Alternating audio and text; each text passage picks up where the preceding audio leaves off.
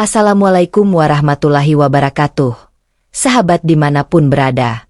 Alhamdulillah dan terima kasih kepada yang sudah like dan subscribe. Semoga selalu dalam lindungan Allah dan dipanjangkan keberkahan umurnya. Hari ini kita akan menyimak kisah yang menakjubkan dan menginspirasi dari awal yang membuat semua orang percaya. Tak ada yang curiga pada awalnya. Semua terasa wajar, bahkan terlihat indah. Seorang pria diperkenalkan sebagai mualaf Indonesia dengan kisah hidup yang penuh luka dan pencarian panjang. Ia bercerita tentang masa lalu yang gelap, tentang kegelisahan yang tak pernah selesai, dan tentang satu malam ketika hatinya katanya disentuh oleh cahaya Islam. Nada bicaranya tenang, pilihan katanya rapi, dan ekspresinya tampak tulus, seolah tak ada satupun alasan untuk meragukan apa yang ia sampaikan. Setiap kali ia berbicara, suasana mendadak hening.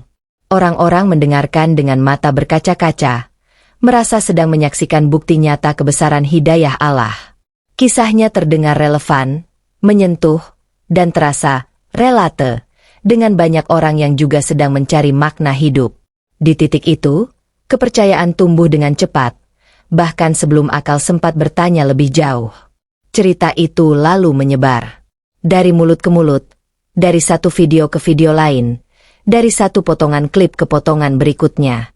Namanya mulai dikenal, wajahnya mulai familiar, dan kisah hijrahnya perlahan menjadi konsumsi publik. Banyak yang membagikan ceritanya dengan niat baik, berharap orang lain ikut terinspirasi dan semakin yakin bahwa hidayah bisa datang kepada siapa saja, kapan saja. Tak sedikit yang mengatakan, "Lihat, Islam itu indah."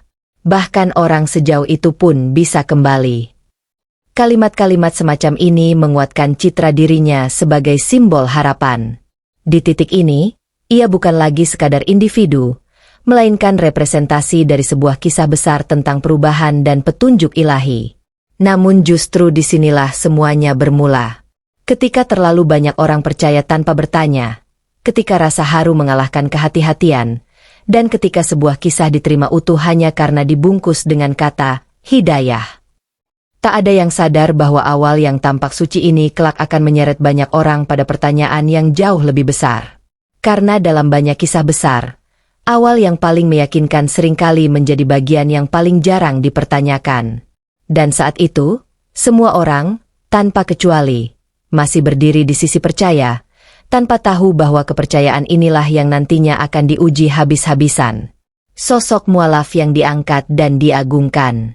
Setelah kisahnya dikenal luas, posisinya perlahan berubah. Ia tak lagi dipandang sebagai seseorang yang sedang belajar, melainkan sebagai figur yang dianggap telah sampai. Banyak orang menyapanya dengan hormat, mengundangnya ke berbagai acara, dan memintanya berbagi cerita seolah ia adalah bukti hidup dari keajaiban hidayah. Setiap kehadirannya selalu disambut hangat, penuh senyum, dan doa-doa baik yang tulus. Tanpa disadari, jarak mulai tercipta. Ia tidak lagi berada sejajar dengan orang-orang yang mendengarkan, melainkan berdiri di atas panggung, dipandang, dan dikagumi. Kata-katanya direkam, wajahnya dipotret, dan kisahnya diulang berkali-kali. Di titik ini, pujian datang lebih cepat daripada nasihat, dan sanjungan terdengar lebih keras daripada pengingat. Banyak yang berkata, "Masya Allah, imannya luar biasa," tanpa menyadari bahwa iman bukan sesuatu yang bisa diukur dari cerita masa lalu. Setiap kesalahan kecilnya dimaklumi, setiap sikap anehnya ditoleransi, karena satu alasan yang selalu diulang, dia kan mualaf. Kalimat itu menjadi tameng yang melindunginya dari kritik, sekaligus tembok yang menjauhkan orang lain dari keberanian untuk mengingatkan. Perlahan, ia mulai menikmati posisi itu. Bukan sebagai murid yang bertanya, tapi sebagai figur yang didengar. Setiap kali berbicara, ia tahu orang-orang akan mempercayainya. Setiap kali bercerita, ia tahu simpati akan mengalir.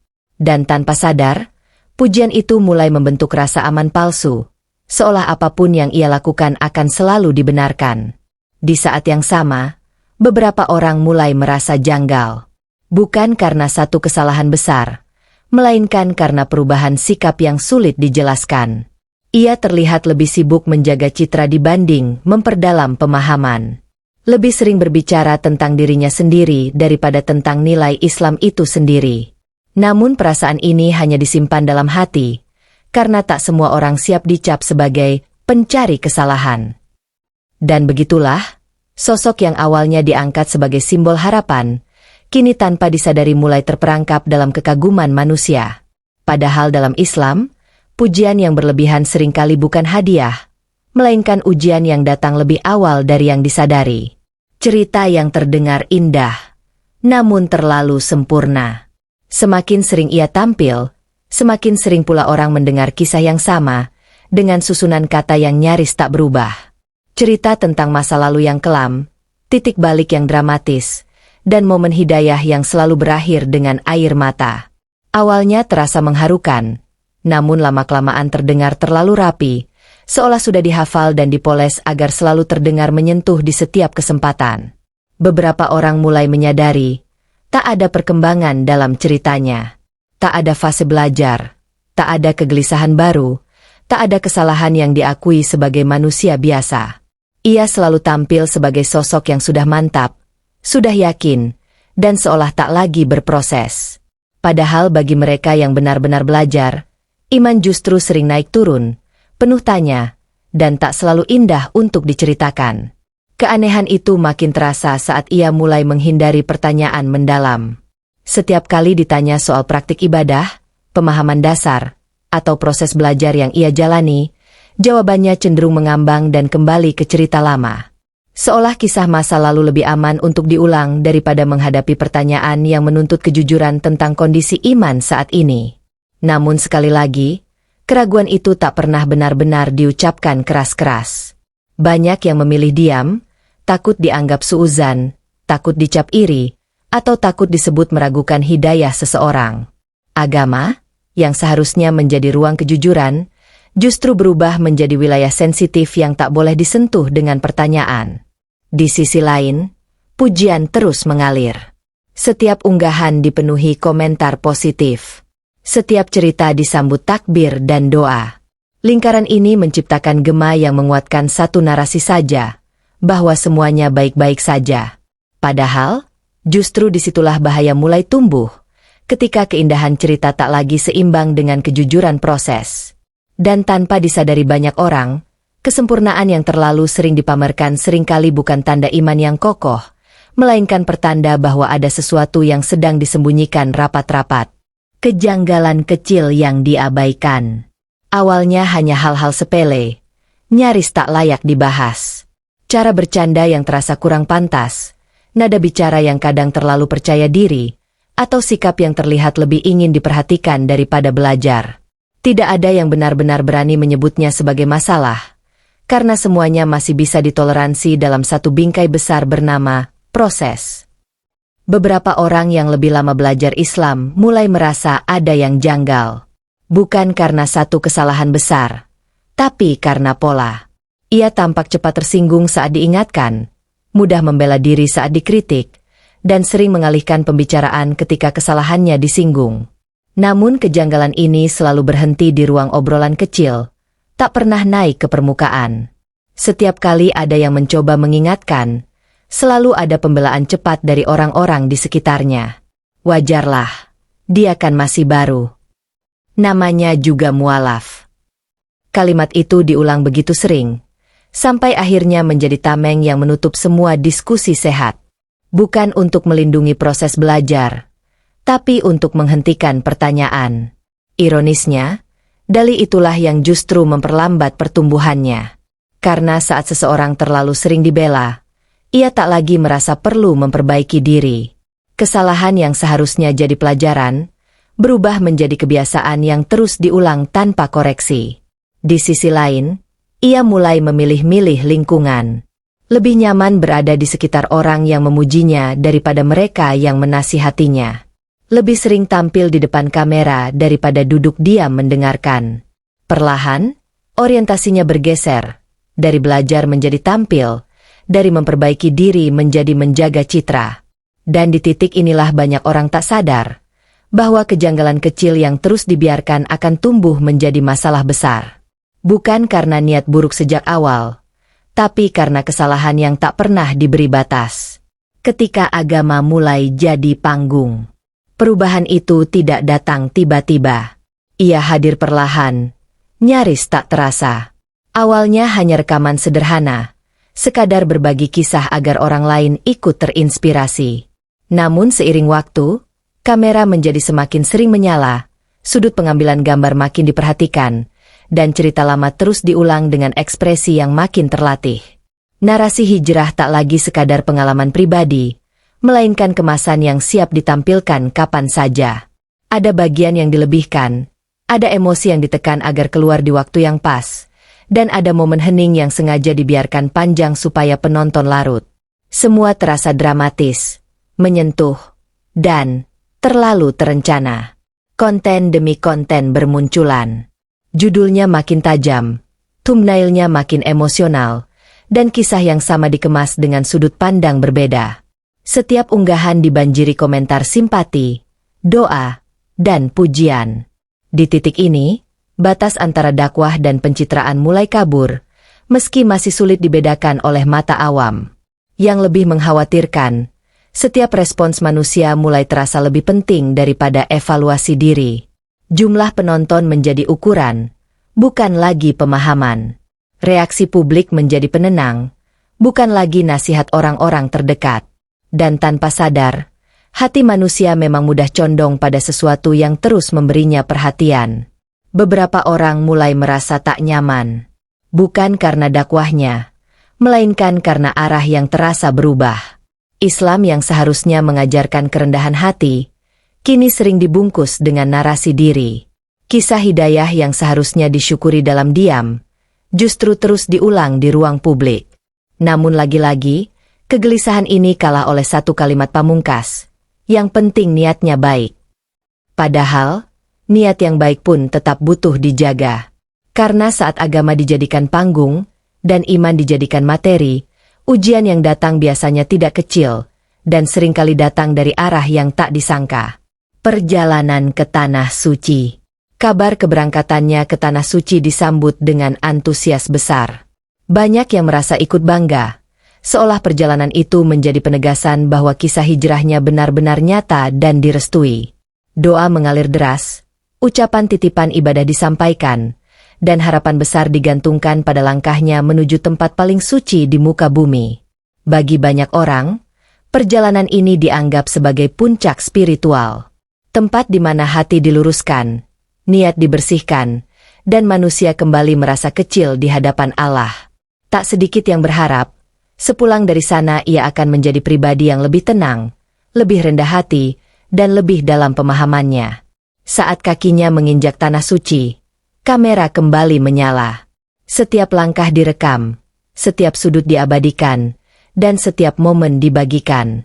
Masjidil Haram menjadi latar yang megah, Ka'bah menjadi pusat perhatian, dan dirinya kembali berada di tengah frame.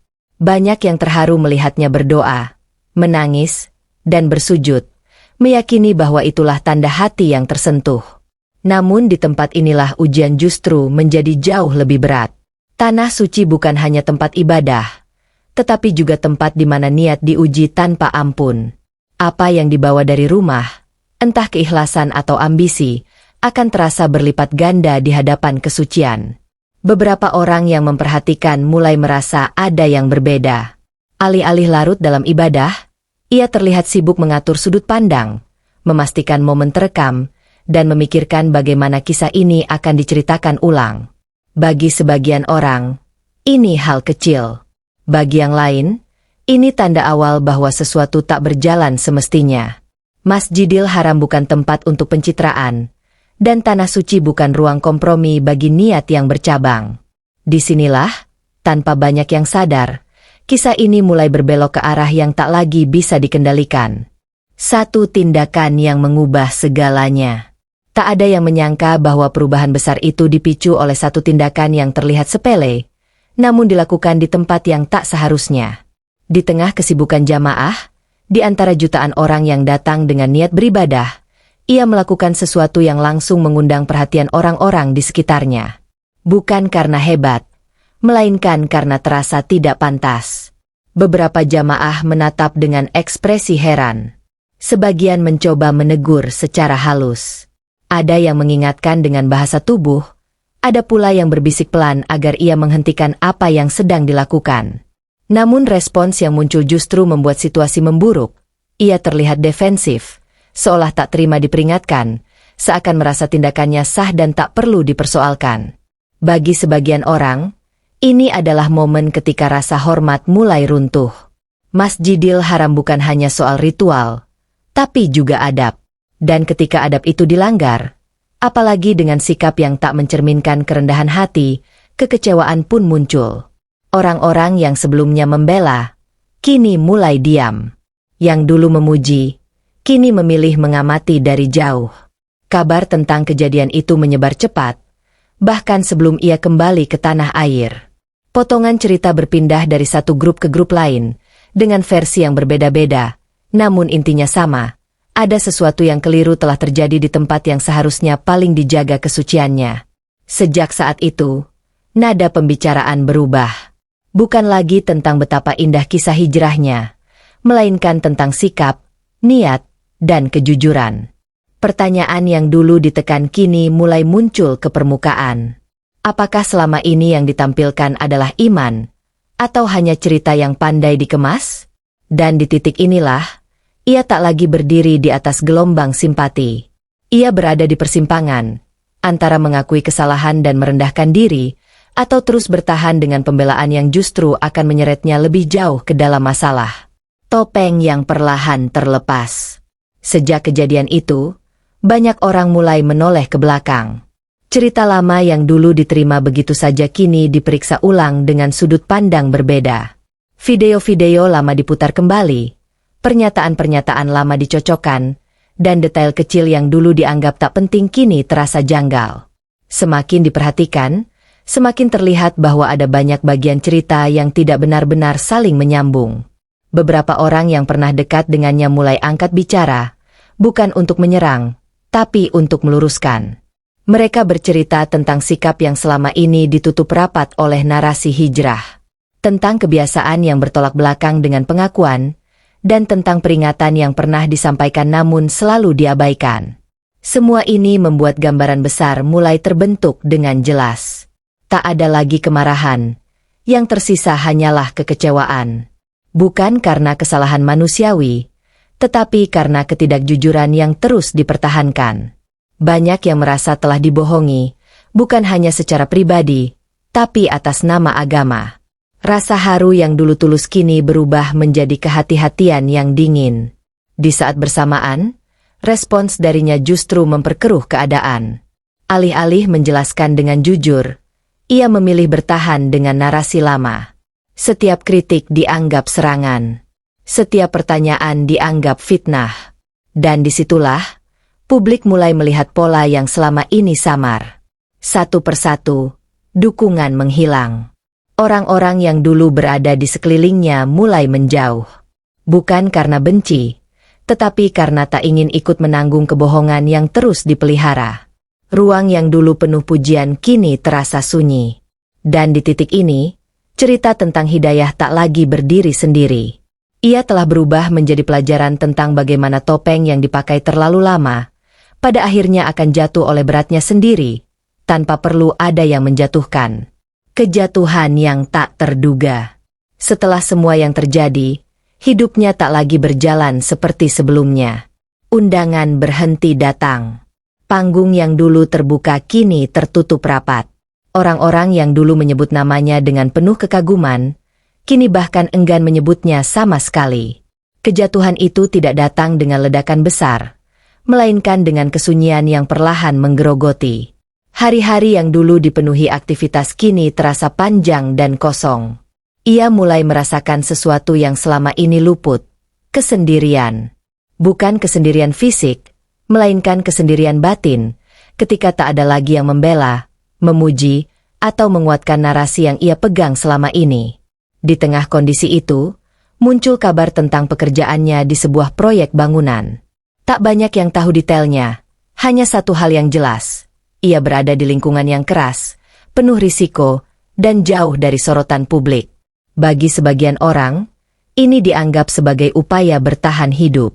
Bagi yang lain, ini terlihat seperti fase pelarian dari semua yang telah terjadi. Tak ada lagi kamera. Tak ada lagi narasi indah. Yang tersisa hanya realitas kasar yang tak bisa diedit atau diulang.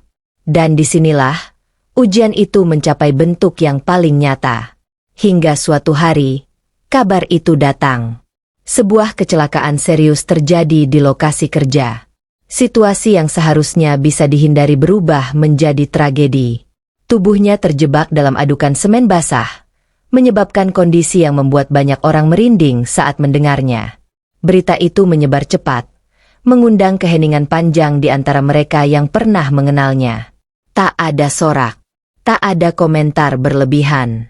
Yang ada hanyalah pertanyaan yang bergema di benak banyak orang. Bagaimana kisah ini bisa berakhir sejauh ini? Dari panggung pujian, menuju lantai beton yang dingin. Kabar yang membuat semua orang terdiam. Kabar kecelakaan itu menyebar tanpa perlu dibesar-besarkan. Tidak ada judul bombastis. Tidak ada narasi yang dilebihkan. Namun justru karena itulah, banyak orang terdiam saat mendengarnya. Nama yang dulu sering disebut dalam doa dan pujian, kini muncul kembali dalam konteks yang membuat dada terasa berat. Media sosial dipenuhi reaksi yang beragam. Ada yang kaget, ada yang sedih, ada pula yang hanya bisa menghela napas panjang. Sebagian memilih diam, seolah takut salah bicara. Sebagian lain mulai bertanya-tanya dalam hati, mencoba menghubungkan titik-titik dari perjalanan panjang yang telah dilalui sosok ini. Tak butuh waktu lama hingga muncul perdebatan. Ada yang menyebut ini murni musibah kerja. Sesuatu yang bisa terjadi pada siapa saja. Ada pula yang memandangnya sebagai peringatan keras, bukan untuk dihakimi, tetapi untuk direnungkan. Kata azab mulai terdengar, meski tak semua berani mengucapkannya dengan lantang. Banyak yang memilih berhati-hati. Mereka sadar, tak ada manusia yang berhak memastikan maksud Allah. Namun di saat yang sama, sulit mengabaikan rangkaian kejadian yang terasa begitu berurutan. Dari pujian, ke peringatan, hingga kejatuhan yang menyakitkan. Semua terasa terlalu nyata untuk sekadar dilewati tanpa makna. Yang paling terasa adalah perubahan suasana. Jika dulu kisahnya memicu semangat dan air mata haru, kini justru memunculkan rasa takut yang sunyi. Takut pada diri sendiri. Takut pada niat yang bisa melenceng. Dan takut pada kemungkinan bahwa manusia bisa terlalu jauh bermain dengan sesuatu yang seharusnya dijaga dengan hormat. Bagi banyak orang, kabar ini bukan akhir cerita, melainkan awal perenungan panjang. Tentang batas antara dakwah dan pencitraan. Tentang iman yang seharusnya dirawat dalam diam. Dan tentang bagaimana sebuah peristiwa bisa menjadi pengingat, tanpa perlu satu kata pun diucapkan. Masjidil Haram dan keadilan Allah. Masjidil Haram bukan sekadar bangunan megah yang dipenuhi manusia dari seluruh penjuru dunia. Ia adalah tempat di mana niat diuji lebih keras daripada dimanapun. Di sana, setiap langkah terasa disaksikan, setiap gerak hati seolah terbuka tanpa bisa ditutup rapat. Banyak orang datang dengan doa dan harapan, namun tak semua benar-benar siap dengan ujian yang menyertainya. Sebagian orang mulai mengingat kembali kejadian di tanah suci itu.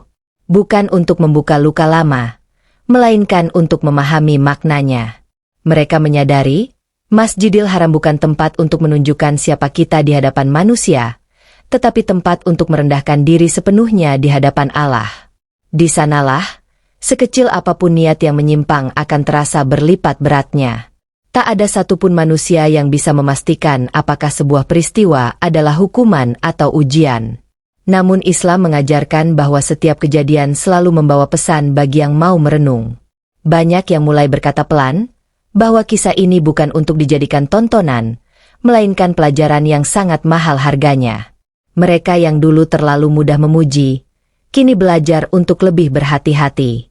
Mereka yang dulu terlalu cepat percaya, kini belajar untuk menyeimbangkan rasa haru dengan akal sehat. Dan mereka yang dulu merasa aman di balik popularitas, diingatkan bahwa tak ada satupun tempat yang aman untuk niat yang tak lurus. Masjidil Haram seakan menjadi saksi bisu bahwa keadilan Allah tidak selalu datang dengan suara keras. Kadang ia hadir dalam bentuk runtuhnya satu demi satu hal yang kita banggakan. Popularitas, pujian, dan pembelaan manusia bisa hilang dalam sekejap, meninggalkan seseorang sendirian dengan dirinya sendiri. Dan disitulah, keadilan Allah bekerja dengan cara yang paling sunyi, namun paling dalam. Bukan untuk mempermalukan, melainkan untuk mengingatkan bahwa agama bukan milik manusia, dan iman bukan alat untuk mendapatkan apapun selain ridhanya. Ini bukan tentang dia, tapi tentang kita. Di titik ini, banyak orang akhirnya sadar bahwa kisah ini bukan lagi soal satu nama atau satu peristiwa. Ia telah berubah menjadi cermin besar yang memantulkan wajah siapa saja yang pernah merasa aman dengan imannya sendiri. Kita mulai bertanya dalam diam, seberapa lurus niat kita selama ini, dan seberapa sering kita mencari pengakuan manusia tanpa sadar? Tak sedikit yang merasa tersentuh bukan karena tragedinya, tetapi karena kemiripannya dengan diri sendiri. Bedanya mungkin hanya skala. Ada yang menjual agama di depan kamera, ada yang menjual kebaikan di lingkaran kecil, ada yang mencari validasi publik, ada pula yang cukup puas dengan pujian 1-2 orang. Tapi akarnya seringkali sama, ingin dilihat. Kisah ini juga mengingatkan bahwa iman bukan garis lurus yang selalu naik. Ia rapuh, mudah terpengaruh, dan sangat bergantung pada niat. Ketika niat dijaga, kesalahan menjadi pelajaran. Namun ketika niat dibiarkan bercabang, bahkan kebaikan bisa berubah menjadi beban yang menyeret. Banyak orang mulai menahan diri untuk tidak mudah mengidolakan. Tidak lagi menempatkan manusia terlalu tinggi, apalagi hanya dari potongan cerita. Karena semakin tinggi seseorang diangkat oleh manusia, semakin berat pula jatuhnya jika Allah menghendaki ia belajar dengan cara yang lebih keras. Pelajaran paling mahal dari kisah ini adalah kesadaran bahwa agama tidak butuh pembelaan yang berlebihan, dan iman tidak perlu diumumkan setiap saat. Yang dibutuhkan justru kejujuran yang konsisten, meski tak ada yang melihat. Sebab Allah tidak menilai seberapa indah cerita kita, tetapi seberapa lurus hati kita saat tak ada kamera dan tepuk tangan. Dan mungkin, inilah saatnya setiap orang berhenti sejenak, menurunkan suara, dan bertanya pada diri sendiri, apakah selama ini kita sedang beribadah, atau sedang membangun citra yang kita sebut ibadah? Akhir yang meninggalkan pertanyaan. Tak ada penutup yang benar-benar rapi untuk kisah seperti ini. Tidak ada kalimat yang bisa menghapus apa yang telah terjadi, dan tidak ada pula kesimpulan yang sanggup memuaskan semua orang. Yang tersisa hanyalah keheningan, dan ruang kosong untuk merenung. Sebab pada akhirnya, setiap orang akan menafsirkan kisah ini dari sudut hatinya masing-masing. Sebagian memilih melihatnya sebagai musibah biasa, sebagian lain memaknainya sebagai peringatan. Namun apapun tafsirnya, satu hal tak bisa dihindari. Kisah ini telah menggugah rasa takut yang sehat. Takut untuk bermain-main dengan sesuatu yang suci. Takut untuk terlalu percaya pada pujian manusia. Dan takut pada kemungkinan bahwa kita bisa tergelincir tanpa merasa sedang salah. Tak ada satupun manusia yang tahu bagaimana akhir hidupnya. Hari ini bisa dipuji, besok bisa diuji. Hari ini bisa berdiri di depan kamera, besok bisa berhadapan dengan kenyataan yang tak bisa diedit. Itulah sebabnya, orang-orang yang paling paham agama justru seringkali paling berhati-hati menjaga dirinya sendiri. Kisah ini akhirnya mengajarkan bahwa iman tidak butuh saksi manusia. Ia cukup disimpan rapi antara hamba dan Tuhannya.